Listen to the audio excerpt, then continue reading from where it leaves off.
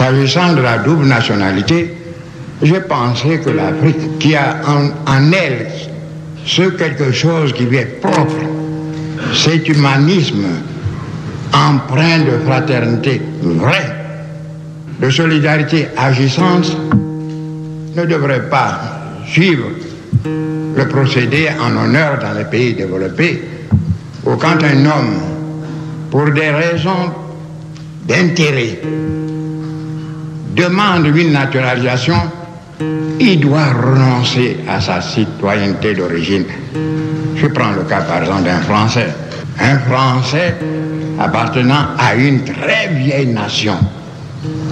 Quand ce Français, pour des intérêts que je n'ai pas développés, sollicite la naturalisation dans un pays comme les États-Unis, il doit renoncer à sa citoyenneté d'origine. Nous, Africains, nous pensons qu'on doit faire mieux que cela et qu'on doit respecter la citoyenneté d'origine. C'est la raison pour laquelle, ayant pratiqué chez nous cette double nationalité qui est comme un enfant né, le jour du baptême, seulement on s'aperçoit qu'il est né. Et on lui refuse le baptême. Nous avons eu dans nos gouvernements des ministres venus des pays étrangers, africains mais étrangers. Nous avons des préfets étrangers, nous avons des ambassadeurs étrangers, nous avons des chefs de services étrangers et nous avons dans la vie quotidienne des paysans venus d'autres territoires africains et qui, avec les mêmes droits, participent à la construction nationale. Comment puissions-nous exiger de cela de renoncer à leur origine malienne, burkinabé, nigérienne et tant d'autres? Mais mes frères ont refusé pour une raison bien simple. Pendant la colonisation, vous savez que la Côte d'Ivoire était la Benjamine des colonies françaises. On ne voulait pas de nous. C'était la côte des mauvais gens. Ils ont été les derniers. Donc la scolarisation n'était pas aussi développée qu'au Sénégal ou dans le Bénin, ce pays considéré comme le quartier latin de l'Afrique en ce temps-là. Alors nos jeunes cadres, puisque nous avions à peine 8% de scolarisation, nos jeunes cadres ont eu peur de la présence massive que permettra la double nationalité, la pénétration massive des cadres des pays les plus développés sur le plan de la culture avant notre accession à l'indépendance. Nous avons parlé ici entre frères, d'abord la sécurité. C'est le préalable à tout développement. Qui dit sécurité, dit paix. Qui dit paix, dit justice. Je viens de passer 5 mois à l'extérieur. Vous m'avez donné ce luxe. C'est un luxe très rare en Afrique.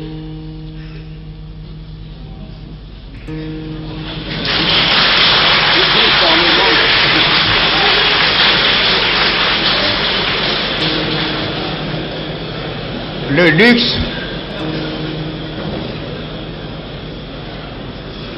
de trouver inoccupé le fauteuil que vous m'avez confié.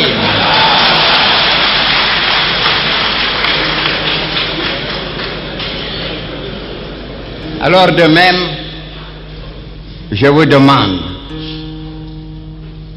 et je veillerai scrupuleusement à ce que cela soit réalisé, je vous donne 5 mois pour qu'on ne parle plus de banditisme en Côte d'Ivoire.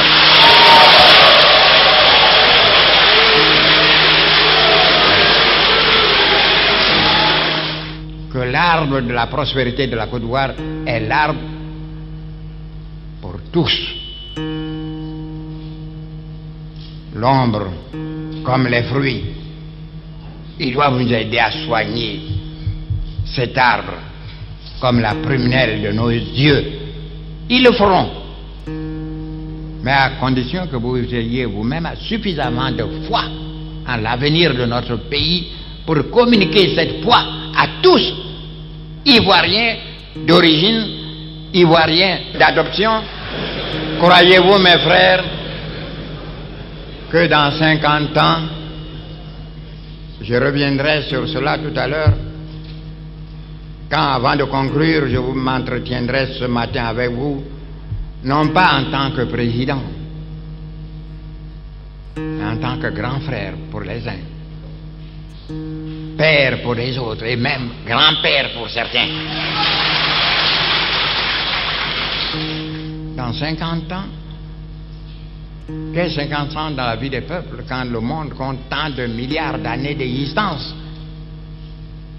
On confondrait, vous tous, Ivoiriens d'origine, Ivoiriens d'adoption.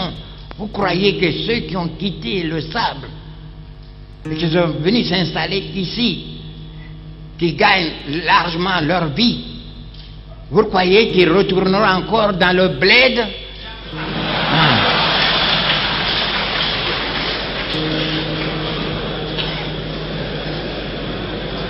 Que vous le vouliez ou non, ce sont des frères que Dieu vous a donnés, que Dieu vous a envoyés.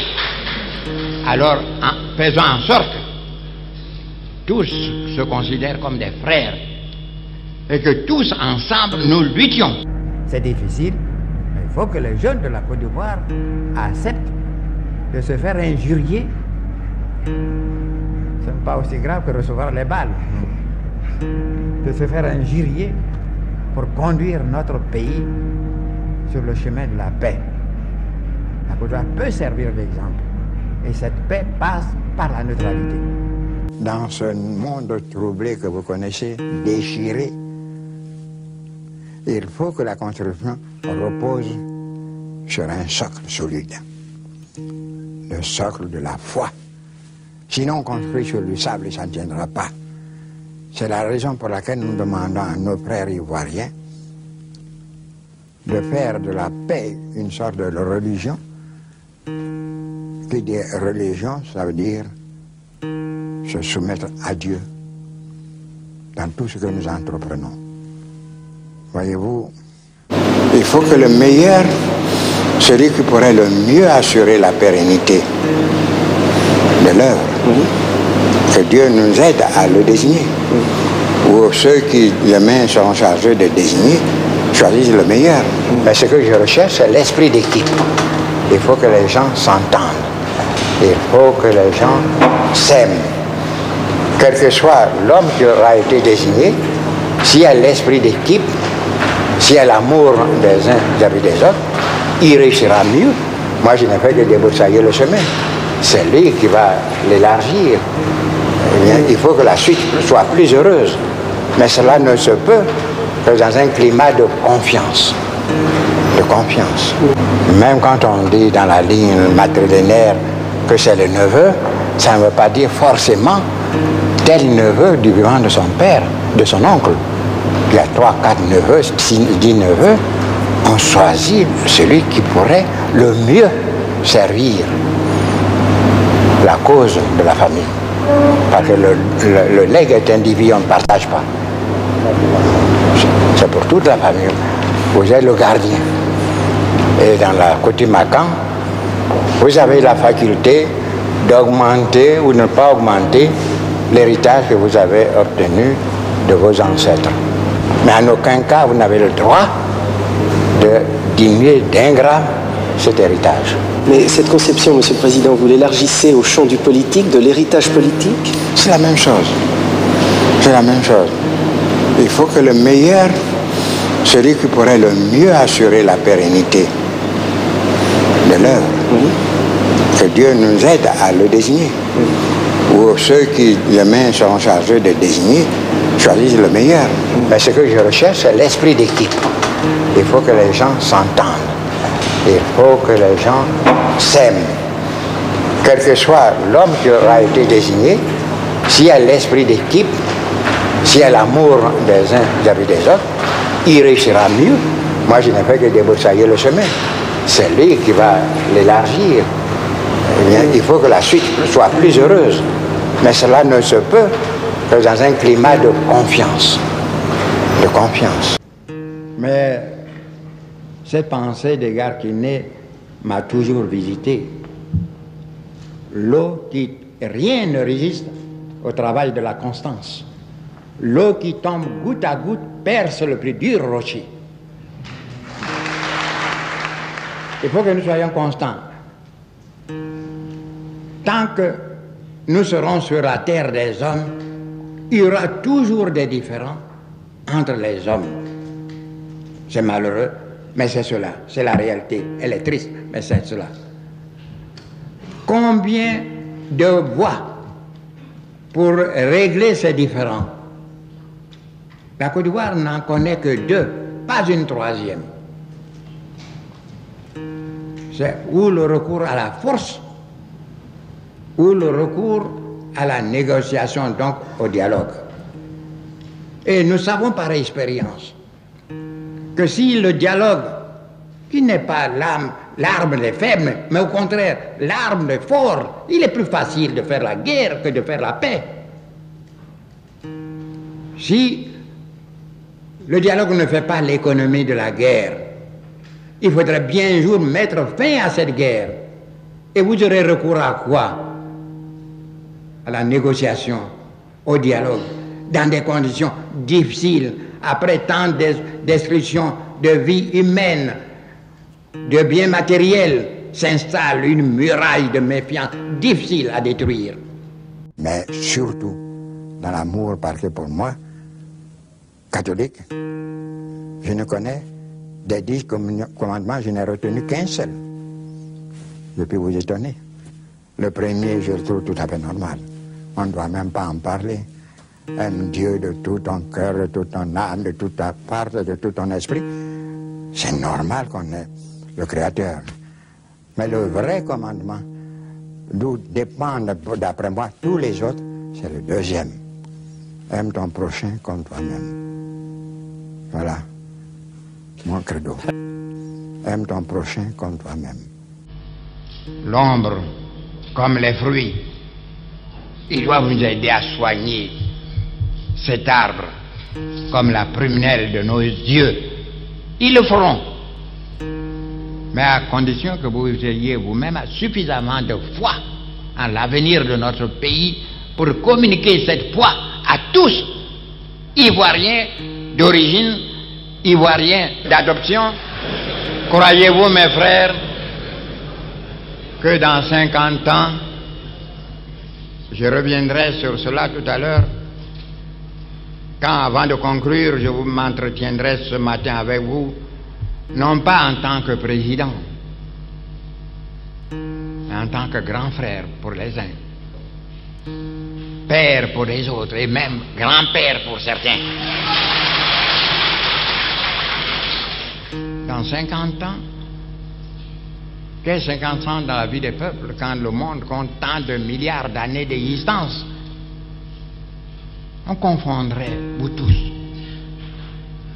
Ivoiriens d'origine, Ivoiriens d'adoption. Vous croyez que ceux qui ont quitté le sable et qui sont venus s'installer ici, qui gagnent largement leur vie, vous croyez qu'ils retourneront encore dans le bled?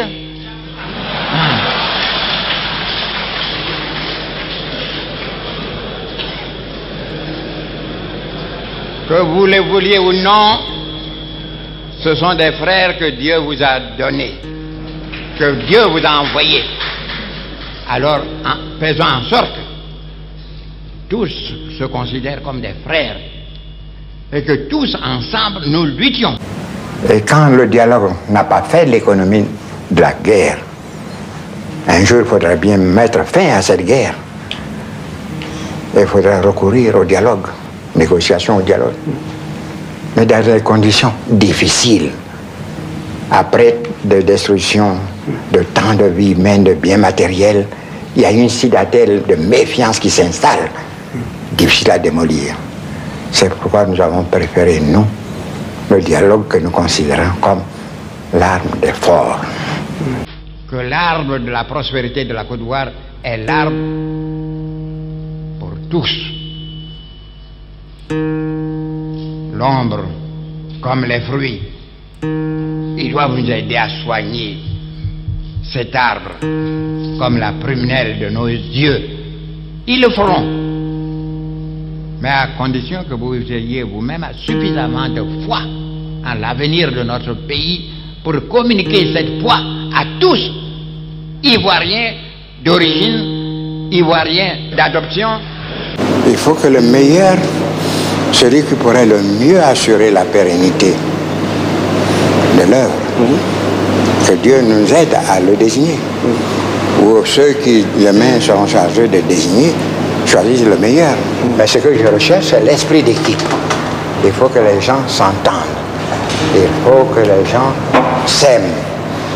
Quel que soit l'homme qui aura été désigné, s'il y a l'esprit d'équipe, s'il y a l'amour des uns vis-à-vis des autres, il réussira mieux. Moi, je n'ai fait que débroussailler le chemin. C'est lui qui va l'élargir. Eh bien, il faut que la suite soit plus heureuse. Mais cela ne se peut que dans un climat de confiance. De confiance. De faire de la paix une sorte de religion. Qui dit religion, ça veut dire se soumettre à Dieu dans tout ce que nous entreprenons. Voyez-vous, quand j'ai décidé de renoncer au fétichisme et que je me suis fait baptiser, je me suis rendu dans la cour. L'arbre est encore là. Ils étaient deux, un plus vieux, plus grand, qui est tombé, mais l'autre demeure. Et c'est sous cet arbre que j'ai fait le serment de ne jamais faire verser une goutte de sang humain. Non pas seulement moi, de ne pas faire verser une goutte de sang humain, mais qu'à cause de moi, on ne versa jamais une goutte de sang humain. Et j'ai dit que tous les différents, parce que nous sommes sur la terre des hommes, il ne peut pas y avoir de différends entre les hommes, mais tous les différends qui pourraient surgir entre moi et d'autres personnes, entre mon pays et d'autres pays, ces différends doivent être réglés de façon pacifique, par la recherche patiente, obstinée de la paix, par le dialogue et la négociation, à l'exclusion de tout recours à la force. Et chaque jour, je demande à Dieu de me fortifier dans ma quête quotidienne pour la vraie paix. La paix du cœur et de l'esprit, dans la justice, mais surtout dans l'amour, parce que pour moi, il faut que le meilleur, celui qui pourrait le mieux assurer la pérennité de l'œuvre, que Dieu nous aide à le désigner. Ou ceux qui demain seront chargés de désigner choisissent le meilleur. Mais ce que je recherche, c'est l'esprit d'équipe. Il faut que les gens s'entendent. Il faut que les gens s'aiment. Quel que soit l'homme qui aura été désigné, s'il y a l'esprit d'équipe, s'il y a l'amour des uns vis-à-vis des autres, il réussira mieux. Moi, je n'ai fait que débroussailler le chemin. C'est lui qui va l'élargir. Eh bien, il faut que la suite soit plus heureuse. Mais cela ne se peut que dans un climat de confiance. De confiance. Quel que soit l'homme qui aura été désigné, s'il y a l'esprit d'équipe, s'il y a l'amour des uns vis-à-vis des autres, il réussira mieux. Moi, je n'ai fait que débroussailler le chemin. C'est lui qui va l'élargir. Eh bien, il faut que la suite soit plus heureuse.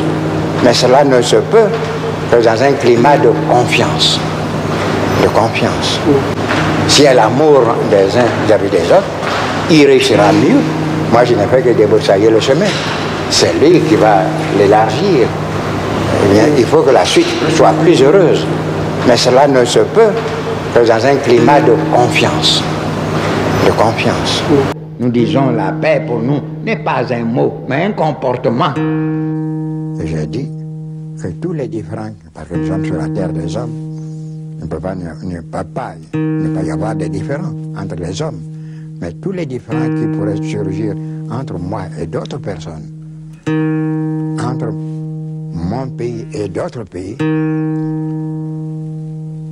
Ces différends doivent être réglés de façon pacifique par la recherche patiente, obstinée de la paix par le dialogue et la négociation, à l'exclusion de tout recours à la force. La paix des mots. Nous disons la paix pour nous n'est pas un mot, mais un comportement.